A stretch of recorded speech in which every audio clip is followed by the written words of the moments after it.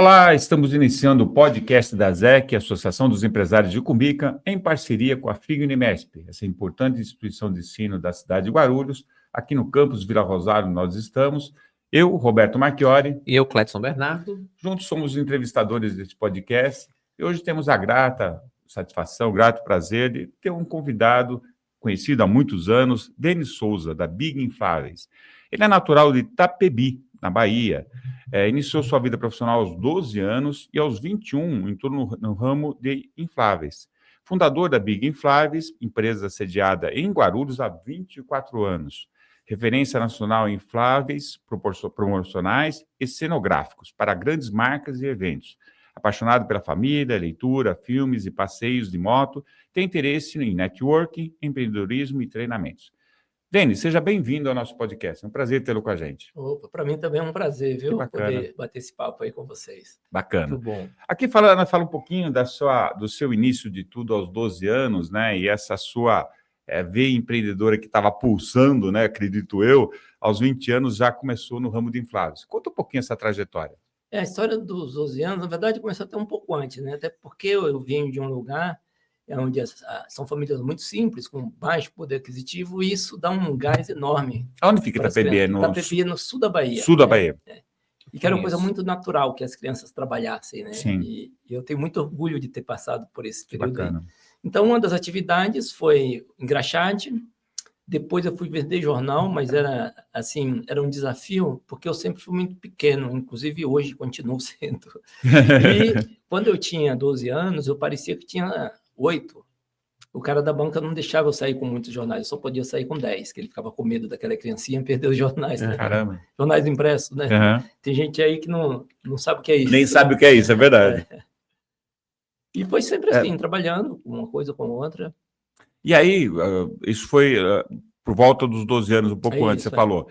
Mas, e aí, até os 21 anos, como é que foi essa trajetória? Aí, de empreender mesmo, de entender assim que eu estava montando um negócio formal, foi uma oficina de eletrodomésticos quando eu tinha por volta de 16 anos. Caramba. Antes eu trabalhei num lugar que consertava eletrodomésticos, e aí depois eu saí e montei um lugar muito pequeno, mais ou menos desse tamanho, mas eu consertava os eletrodomésticos lá, e o nome era Consertão do Denis. Olha só. E aos 21 anos você entrou para os infláveis? No eletrodoméstico deve ter durado lá, ficado uns 2 ou 3 anos, mas eu sempre gostei de trabalhos manuais, especialmente de desenhar. Então, depois disso, eu montei uma oficina de letreiro, junto com um amigo que já estava no ramo, né? Mas ele precisava de mais ajuda, ele já entendia bastante do assunto, foi quem me ensinou a arte do letreiro. E foi assim que eu cheguei nos infláveis, por meio dessa habilidade de letrista. Legal. Você sabe que eu já entrevistei o Denis no passado, e eu lembro que essa história de letreiro, agora ele falou, eu lembrei que teve um acidente, alguma coisa assim que marcou, não teve? Uma coisa assim? Teve. Você contou na outra vez, foi um negócio bem impactante, né? Foi. Eu vim já em Guarulhos, isso aí, né? E aí eu tive meningite, e foi assim Eu não lembro, faz tempo que já foi quantos? Nossa, mais de 10 anos. Mais de 10 anos, com certeza. Mas conta um pouquinho essa história. E aí foi um quadro muito grave. Fiquei, eu acho que uns 15 dias internado, voltei para casa, eu tive uma convulsão muito forte, aí voltei para o hospital, fiquei internado mais um período. Quando eu saí, o médico me deu uma lista de coisas que eu não podia fazer. Entre elas, estava subir em escada. Olha só. Que era uma das minhas principais ferramentas. Letreiro, né? Mas assim, a minha família é maravilhosa, né? Meus primos, meus tios, aquele apoio imenso, não, fica tranquilo. Nessa época eu estava com minha esposa, grávida da minha primeira filha, morando na casa do meu tio. Olha assim. Então, é uma situação bem delicada, né? Não poder subir escada, tem que trabalhar como letreiro, fazer letreiro. Uma ferramenta, praticamente. E aí o pessoal naquele apoio, de fato, passaram-se alguns meses, uma prima me ligou, olha, Denis, eu vi aqui perto de onde eu moro, uma faixa em um lugar, precisa-se de letrista. E parece que uma oficina que só faz faixas, aí você não vai precisar subir escada. Aí eu fui lá ver o que era. De fato, era um lugar onde só fazia faixas. Na época não existiam as plotas, era tudo à mão. Né? E entrei nesse lugar e o dono tinha uma fábrica de infláveis. Que legal. E eu tive antes uma oportunidade muito legal de aprender bastante sobre geometria. ficou esse conhecimento guardado em outro lugar por onde eu passei. E por causa disso, quando eu fazia os letreiros, que se era uma marca, eu conseguia fazer na escala, exatamente como tinham que ser as proporções. Que é uma coisa diferenciada, né? Na época não tinham muitos letristas que faziam Uhum. isso. Tinham uns caras muito artistas, mas assim, era ao olho, né? Como a gente dizia na época, a zóio. E aí nós fizemos lá umas faixas e umas placas para a Eternit, aquela empresa de amianto, Sim. né, de telhas.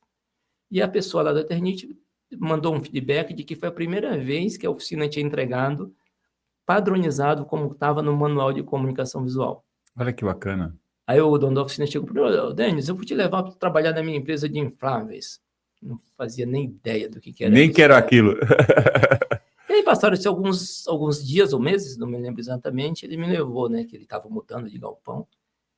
E aí, quando eu vi o primeiro inflável, eu falei, puta, É isso que eu quero fazer. Fiquei muito apaixonado. Denis, muito bacana a tua história, e principalmente quando vem um nordestino, né, Uhum. para São Paulo e que consegue driblar os desafios de uma pessoa que vem lá do Nordeste para grandes centros como São Paulo. Eu acredito que tenha vários desafios, né?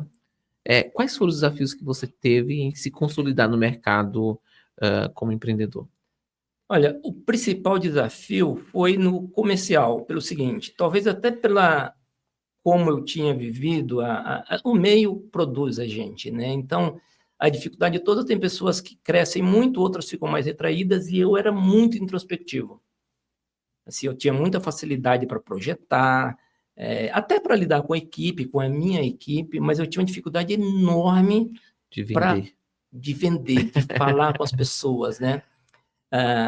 Talvez, assim, pelo que eu conhecia sobre venda, né, eu tinha uma visão diferente da que eu tenho hoje de venda. Então, a minha maior dificuldade foi essa, porque o produto, a gente fazia muito bem feito desde o começo, e a proposta da empresa era exatamente essa, fazer os melhores infláveis, era o que eu queria. Não tinha um plano de negócio. É como a maioria dos empreendedores no Brasil, né? A gente Sim. monta uma empresa e vai fazer aquilo que a gente é técnico, né? E vendas normalmente não caminham junto, né? Não caminha. Então foi uma dificuldade, mas eu fui muito abençoado, porque a minha esposa, ela já vendia a Avon no hospital que ela trabalhava, que ela era enfermeira. E eu achei que era a mesma coisa. Eu falei para ela, se você vende Avon, você vende qualquer coisa. Mas ela achava que não. Aí aconteceu um outro fato de saúde, porque tem uma crença que é muito forte em mim, que é o seguinte: quando Deus te dá uma oportunidade, mesmo que pareça difícil, Ele está te preparando para o próximo degrau. Então, a gente vai juntando aprendizados, principalmente no meu caso, que não fui para a faculdade, meus aprendizados sempre foram dessa forma. A vida, né? A vida que te ensina. E aí, ela não topou. Eu falei, puta, o que eu faço? Só que ela engravidou da nossa terceira filha. E já no primeiro mês, ela teve um problema no nervo ciático e foi obrigada a ficar afastada. E aí, ficar em casa? Não, aí ela foi para lá me ajudar. Ficou apaixonada também. Olha que bacana. Quer dizer, foi o mal que acabou sendo um bem, né? Para a empresa, para você, a vida de vocês, né? Legal. Me conta um pouquinho, assim, hoje, sem dúvida, a Big ela é referência no Brasil como um todo, né? E essa paixão, essa tua dedicação, esse perfeccionismo que você sempre primou na fabricação dos seus infláveis, eu acho que foi o grande mola propulsora para o que hoje a Big representa no Brasil em termos de infláveis. Mas conta esse começo e essa projeção para o que é hoje a Big Infláveis, o que ela fazia, o que ela hoje faz. De fato, viu? Essa vontade de fazer bem feito sempre foi uma coisa muito forte, mas não é só isso, porque às vezes a gente pensa que a qualidade está só no produto. Tem coisas que estão atrás do produto, principalmente no desejo e na vontade de realizar, de olhar para aquilo e ver bonito, encher os olhos. A gente tem que gostar antes do cliente. Lógico que a gente vai seguir os requisitos do cliente, mas a gente precisa ficar feliz. É o que eu passo para a minha equipe. Legal. Por isso que a gente chegou no que eu estava falando contigo antes, de gostar de fazer coisas complexas. Quanto mais desafiadores, mais a gente fica feliz. E a gente está sempre buscando a melhoria, a textura, como ficou a pele daquele mascote, o que eu melhoro, como que aquela réplica fica mais perfeito possível. Eu sei que se eu entregasse menos, passaria, mas a gente quer entregar mais e mais. Você é crítico com você mesmo. Somos. Hoje não só eu, né?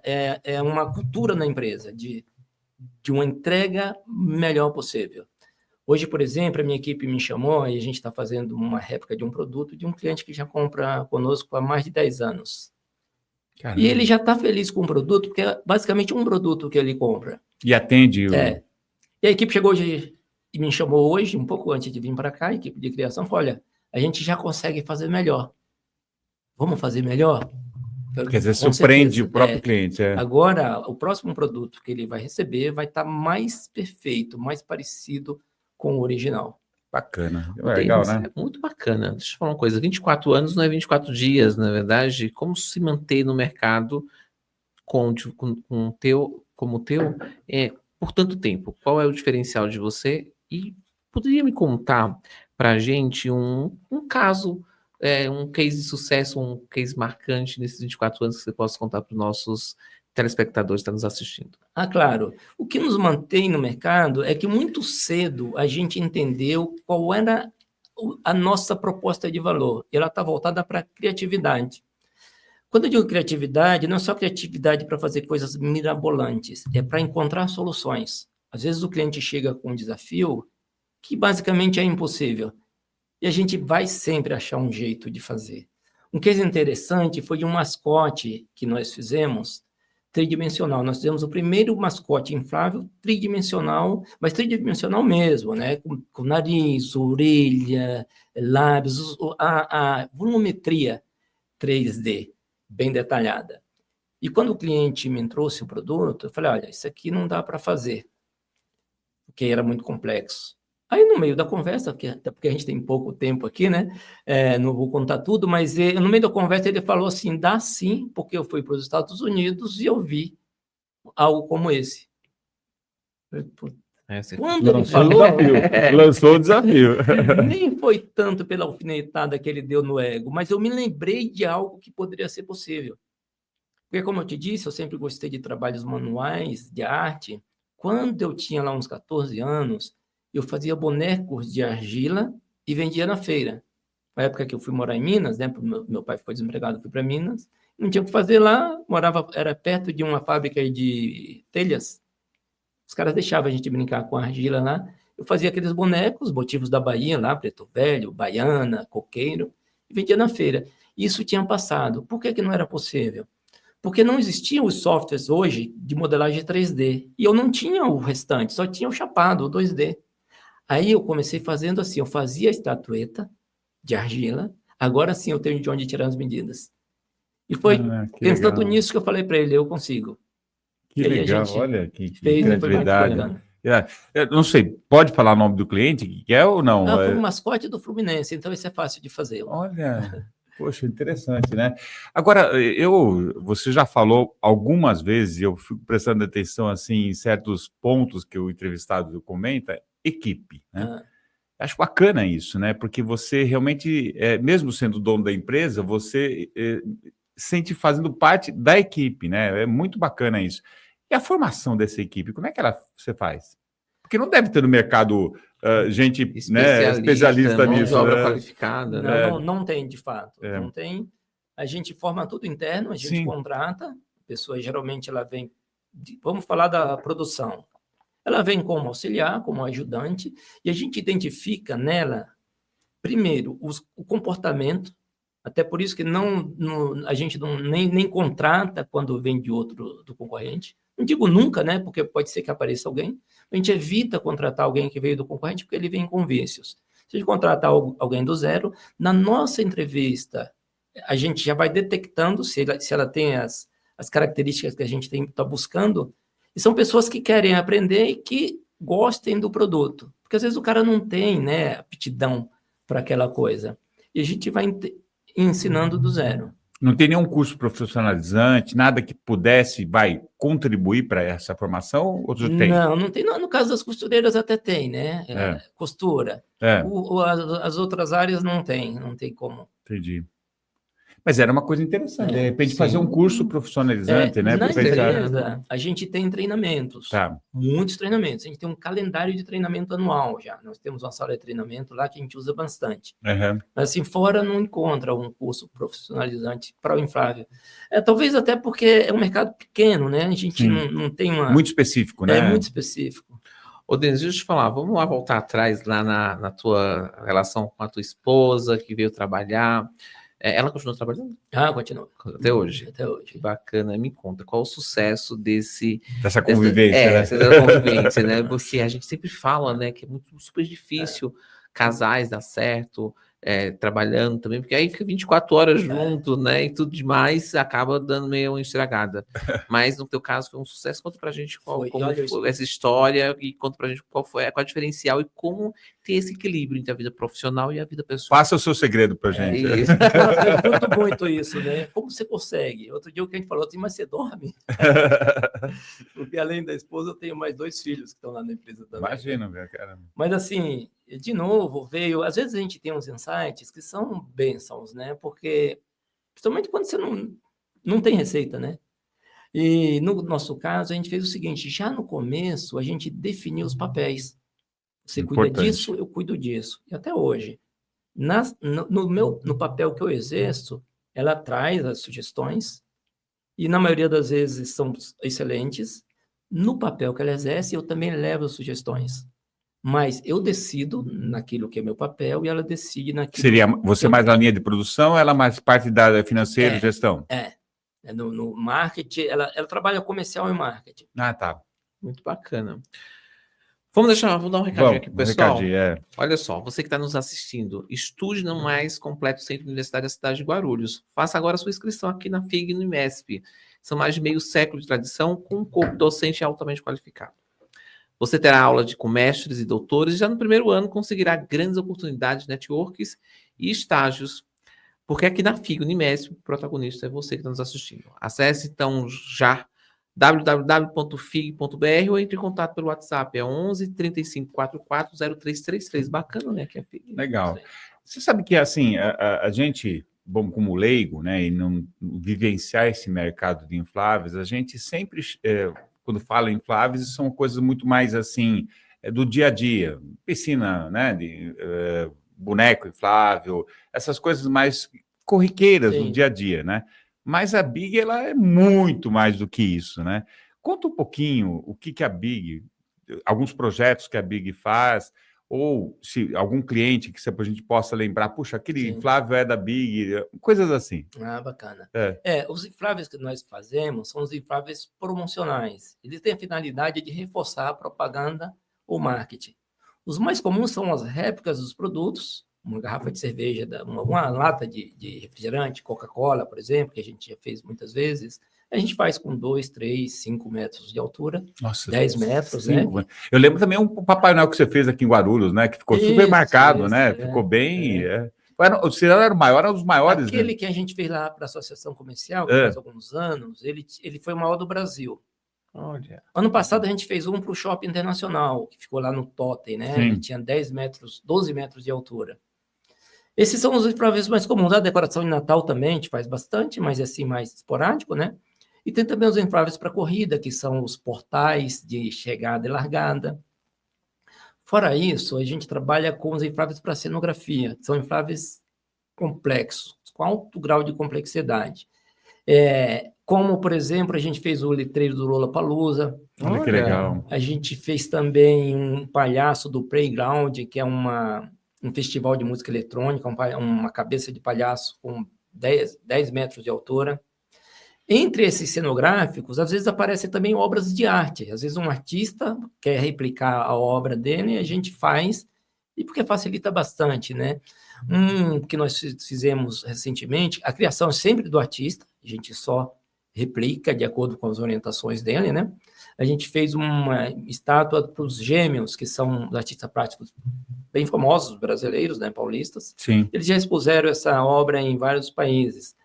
Recentemente tem um outro artista que a gente replicou uma obra dele, que é o Zé Palito. Ele é um artista do interior, e ele tem uma obra que é um cacho de bananas, né, metalizado, então a gente fez essa obra para ele. Que bacana. Esse artista também, ele expôs essa obra em vários lugares do mundo. Inclusive, um negócio bacana que aconteceu com ele, ele vendeu um quadro para Beyoncé. Então, se o nível do cara, né? Ele tem um quadro lá na parede da Beyoncé. Que entre bacana. outros. E quer dizer que teus produtos estão viajando o mundo também? Então, viajando. Que bacana, viu? E já teve, assim, uma compra, uma encomenda internacional efetiva ou não? São brasileiros que levam para lá? Já fizemos algumas coisas assim. Que bacana. Fora. Isso, assim, é muito raramente, não é Sim. comum a exportação, né? Mas já fizemos. Que bacana. Ô, Denis, olha só, a gente fala sempre que uma empresa ela precisa de network para vender, na verdade. E teu produto é muito específico, né? É uma área muito específica de negociação. Me conte, o network ele é importante para a tua empresa e o que é que representa esse network hoje para que gere-se venda para o teu negócio? A network é importante para a vida, né? Não só para a empresa. Por meio do network, eu tenho certeza que a gente chega muito longe. E lá na nossa empresa não é diferente. Os melhores negócios que a gente recebe vêm por meio do network. A gente acredita muito, inclusive assim, a gente lida no network de uma forma muito forte, né? Porque você criar uma conexão verdadeira e genuína com o outro, né? Com a intenção de como eu te ajudo a resolver o seu problema. Foi daí que eu ressignifiquei a crença que eu tinha sobre vendas. Hoje é muito raro eu sentar com um cliente e não vender, porque eu aprendi que o meu papel é achar uma solução para o problema dele. Sim. Se eu não tiver... Você não vende infláveis, vende soluções. Com certeza, soluções. Às vezes a solução para ele não é inflável, aí eu não vou vender. Eu posso até encontrar... Isso é uma das bases da venda, né? Você vender soluções, né? É legal. E aí você consegue, nessa conversa, você consegue dificilmente perder uma venda por conta disso. É muito difícil, viu? Porque a menos que ele não precise do que eu tenho, ele precise de outra coisa, ou a menos que, de fato, ele não possa adquirir, né? Mas se está dentro do orçamento, é aquilo que ele quer, eu vou encontrar uma solução. E esse desafio que você teve de construir um inflável 3D, né, que foi um desafio importante, e você utilizou até a tua experiência enquanto menino de fazer bonecos de argila e tal. Qual o futuro do inflável? O que você enxerga que pode evoluir mais ainda? Agora a gente está num momento assim de uma mudança incrível. Exatamente por causa da equipe que a gente conseguiu montar, a galera de projeto, de criação, é uma equipe multidisciplinar que consegue fazer coisas inimagináveis há 10 anos atrás. Por exemplo, hoje a gente tem condição de fazer um rosto humano muito parecido com o real, que você vai olhar e vai pensar que não é, ou não vai pensar que é inflável. Então, o futuro, eu acho que está mais para esse tipo de coisa. A realidade. Mais reais, mais complexas, e talvez até um casamento do inflável com outras tecnologias. Robótica, por exemplo? Robótica, por exemplo. Muito bom. Que bacana, né?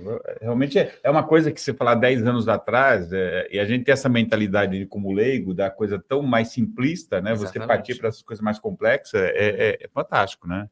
Que bacana. Principalmente para mim, que vi nascer daquela forma, né, muito artesanal. Quando eu comecei nos infláveis, eu pintava os infláveis à mão.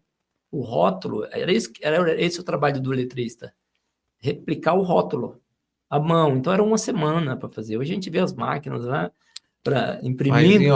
Eu lembro uma vez ele comentou de um cartão de crédito, se eu não me engano, é isso? Verdade. Que é uma história interessante também, né?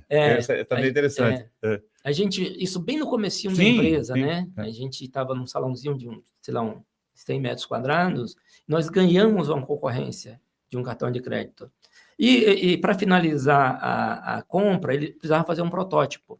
Nós fizemos o protótipo, levamos o protótipo, eles aprovaram o nosso protótipo, inclusive o nosso concorrente chegou um pouco antes e também deixou o protótipo lá. Eles compararam na minha frente os dois protótipos e aprovaram o nosso. Que bacana. Ele falou, olha, está aprovado, é com vocês que a gente vai fazer o primeiro grande trabalho, porque eram uns 35 infláveis. Caramba. Aí eu fui voltando para a empresa, já todo naquela felicidade, já falando com os fornecedores, né? Falando com a minha esposa, que era a equipe, mas era só ela e eu. A equipe toda era dois. Era muito pequena, né? A equipe tinha mais duas ou três pessoas que estavam chegando. E aí depois eles falaram, olha, agora a gente vai precisar visitar a empresa. Eu fiquei muito tranquilo, vamos lá. Acontece, é legal, é legal. E aí a gente preparou lá um café, a minha esposa foi na lojinha de R$1,99 que tinha lá próximo, e comprou umas xícaras, eu me lembro muito bem que eram brancas com as bordas douradas e tal, e servimos o café, mostramos a empresa, ok. Não existia o Uber, então pedi para uma pessoa ir lá buscar as pessoas que... Parece que era um parente seu, né? Um amigo meu, de motorista, né? Buscar. Você vê que a minha memória tá boa, viu? Muito boa, né? E aí depois mandamos levar de volta, no mesmo dia ela ligou para dar o retorno, que não ia poder fechar com a gente, porque a gente não tinha estrutura para atendê-los. Olha só. Eles aprovaram o produto, o protótipo, falaram assim, olha, é isso que a gente quer, só que vendo a empresa, ele falou, você não tem estrutura. E a gente tinha, né? Mas não parecia ter, né? Infelizmente, muita coisa você não precisa ser, precisa parecer ser também, É né? verdade. Então, hoje isso não me traz nenhuma mágoa, mas para mim trouxe um insight. A minha esposa ficou Uma até mais experiência, decepcionada. é. Falei, Ninha, então, já que é a estrutura, a gente Vamos correr investir atrás nisso, disso, E graças a Deus a gente está bem instalado. Bacana, no parabéns. Que bom. Ô, Denis, deixa eu te falar uma coisa. Empreender no Brasil é uma coisa muito difícil, né? Mas é um sonho da maioria dos brasileiros empreender. Para quem quer empreender, que está iniciando agora, qual é o conselho que você daria? Olha, geralmente no Brasil, ou países como o nosso, a gente empreende naquilo que a gente sabe fazer. Eu acho que é difícil fugir disso, né? Porque muitas vezes a gente empreende só para pôr o pão na mesa. Não tem o que fazer, vocês consertar carro, vou montar a oficina. Mas o principal conselho que eu dou é que ele saia o mais rápido possível do operacional. Porque se ele está no operacional, quem vai fazer a parte estratégica? Eu fiquei muitos anos no operacional. Uma era porque era eu que era o técnico, que sabia de tudo. O outro é porque também tinha aquela dificuldade de ir para o comercial, coisa parecida, né? Então, fiquei muito tempo no operacional, isso foi horrível. Fora do operacional, a gente vai fazer network, vai buscar conhecimento, vai visitar clientes importantes, é uma série de coisas muito mais importantes para o empreendedor do que estar na empresa, na operação. E é interessante isso, você falar, porque, assim, a gente, muitas vezes, claro, se você for fazer alguns cursos que estão aí no mercado, eles vão te ensinar isso. Mas eu sei que a maioria das coisas que você aprendeu foram no dia a dia, na raça, né? Realmente, né? Errando e acertando, né? Foi na raça. Muita coisa, eu tive o privilégio de descobrir o Sebrae. Então, Sim, fiz vários fantástico. cursos do Sebrae, inclusive o Empretec, que eu recomendo para todo empreendedor, e que já, mesmo com experiência, ou que quer começar, o Empretec abre a mente, traz muita informação e mexe no comportamento, né? Lógico, quando se fala em comportamento, é uma porta que tem que abrir de dentro para fora. Só ir no Empretec não resolve, você tem que querer absorver as mudanças. E antigo Empretec, é verdade, né? É uma metodologia, uma ferramenta muito interessante, né? O Sebrae como um todo, né? É verdade, o Sebrae é uma instituição muito bacana. O Sebrae, inclusive, é verdade, aqui, né? É verdade. Porque o Sebrae realmente tem muitos cursos que são gratuitos, tem outros que não são, que são pagos, mas eu acho que o empreendedor, se ele não tiver o Sebrae como seu aliado, ele sai perdendo, né? Porque o que a gente tem é o Sebrae, não tem muitas outras coisas, né? E o Sebrae, ele tem lá os assuntos que são importantes para todas as empresas. Então, a gente tem que aproveitar, mesmo que seja para um começo, né? Depois ele pode buscar mais conhecimento, mas é um estímulo você fazer um... Sim. Quando você falou agora da questão de fazer o que gosta, né? É bacana porque normalmente o empreendedor, ou aquele que perde o seu emprego, sei lá, e tem algum dinheirinho para fazer alguma coisa, ele tenta buscar qual a tendência, o que tem para fazer que é a tendência do mercado. E muitas vezes ele pode até ter uma certa aptidão para aquele, e muitas vezes não tem aptidão. E ele acaba gastando todos os recursos dele, toda a energia dele, em algo que não tem a mínima aptidão para isso, né?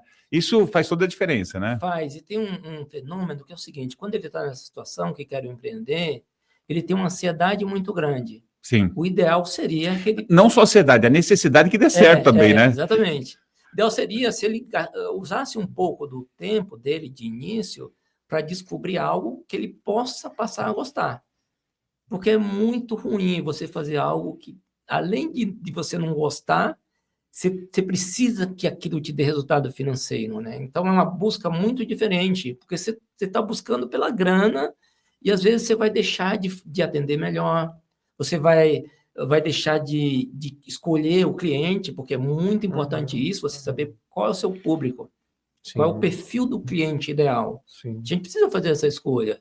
Não é só porque o cara quer comprar que é um bom cliente, às vezes não. É verdade. E é interessante você falar, aliado ao que você disse agora com o Sebrae, que eu vi vários estudos do Sebrae da mortalidade de empresas. E a mortalidade de empresas até 5 anos é absurda, é muito grande, exatamente por esses problemas. A pessoa necessita que o negócio dele dê certo muito rápido.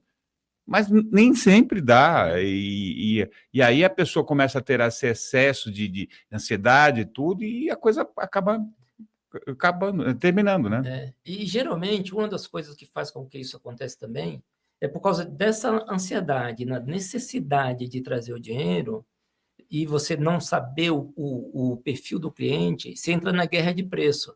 Aquela história, eu vou cobrar barato hoje, para ele conhecer o meu trabalho, depois aumento. Não vai conseguir aumentar. Um único cliente, que todas as vezes que você negocia com ele, você vai acabar chegando em um lugar de desconto, ou todas as vezes que você negocia com ele para atualizar preços, é uma queda de braço, um único cara como esse pode quebrar uma empresa. Imagino. E isso muitas vezes acontece com os maiores clientes. Que não necessariamente são os melhores, mas a gente cresce o olho, né? Caramba, vou atender essa marca famosa, né? Vai para o meu portfólio. Sim. Mas aí o teu custo acaba não sendo suportável para aquilo, né? Você acaba pagando para trabalhar para a pessoa, né? Realmente, são reflexões, eu acho que a gente está contribuindo com as pessoas, exatamente. Porque, como eu disse, eu conhecendo o Denis, eu sei que o Sebrae foi importante, ele deve ter feito alguns cursos, mas a base do conhecimento é a sua experiência. E isso realmente é algo que não tem como você mensurar, né? Porque a experiência, você vivenciou tudo que você está falando, certeza. Né? Não é uma coisa de teoria só. Não é. Viu? A gente sentiu na pele, aprendeu.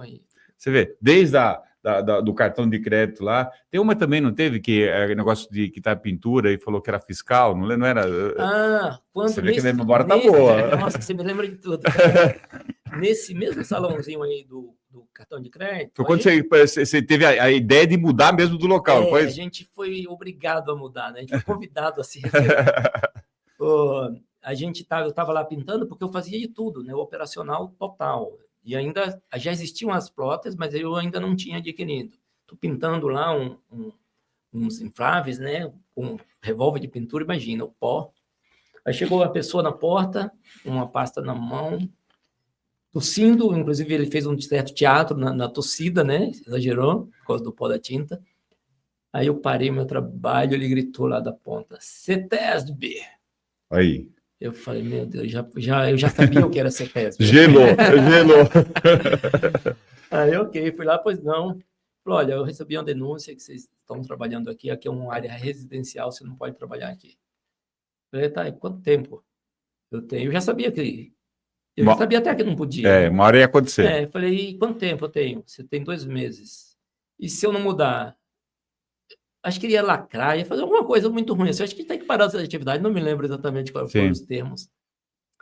E aí, eu não tive jeito, fui procurar, né, salões, mas eu não achava um salão que a gente conseguisse pagar o aluguel.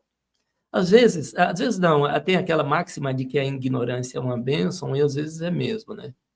Porque eu não tinha plano de negócio, não tinha nada, era só muita fé de que daria certo. Como eu não achava um aluguel compatível com o que eu podia pagar, falei, vamos, o que nós achamos mais em conta era 3 vezes mais caro. Mas aí já era num bairro industrial, lá em Cumbica. Aí a gente foi obrigado a se mudar dessa forma. Até estouramos os 2 meses, eu fui lá faltando alguns dias, eles falaram que não tinha como dar mais prazo. Mas aí eles não chegaram lá antes da gente mudar, a gente mudou. Mas graças a Deus, na mudança, inclusive eu me lembro como se fosse hoje, quando eu cheguei lá nesse salão e tal, o cara o eletricista, o cara da divisória, um monte de gente trabalhando, e eu, Senhor, eu preciso dar certo, eu preciso pagar esse negócio. Mas foi tão fantástico, assim, tão abençoado, que nessa mudança o trabalho já aumentou também 3 vezes Olha mais. que bacana. E a gente conseguiu. Denis, parabéns. Olha, assim, eu comentei antes de começar a gravação e reforço agora, é um orgulho para Guarulhos que a tua empresa esteja aqui, que você tenha acreditado na cidade, porque isso nos dá um referencial importante, né, como empresário, como empreendedor, como pessoa que acredita no seu sonho, e realmente é um referencial muito positivo da cidade. Então, parabéns pela sua iniciativa, o seu empenho, a sua vida empreendedora. E obrigado por você ter aceitado o nosso convite aqui para vir no podcast. Muito bem, também agradeço imensamente e para mim é um prazer dividir com os empreendedores, não só de Guarulhos, mas no Brasil, né, especialmente aqueles que estão começando, a minha experiência. Legal. Bom, obrigado, viu? É isso aí. Mais uma vez, atingimos nosso objetivo de levar para você, as pessoas que nos seguem, né, os nossos telespectadores, informação, experiências de vida, experiências empreendedoras. Isso nos deixa muito feliz. Aqui nós somos da ZEC, a ZEC é a Associação dos Empresários de Cumbica. Se você quiser mais informações da ZEC, azec.org.br, venha fazer parte como associado da ZEC, que também é uma iniciativa importante de você estar junto com outros empresários para poder, né, cada vez mais compartilhar suas dores, acreditar no seu sonho, empreender. E aí, né, quem sabe um dia você esteja aqui contando um pouquinho a sua história para a gente, tá bom? Obrigado e até uma oportunidade. Até mais. Tchau. Tchau. Valeu. Tchau. Valeu.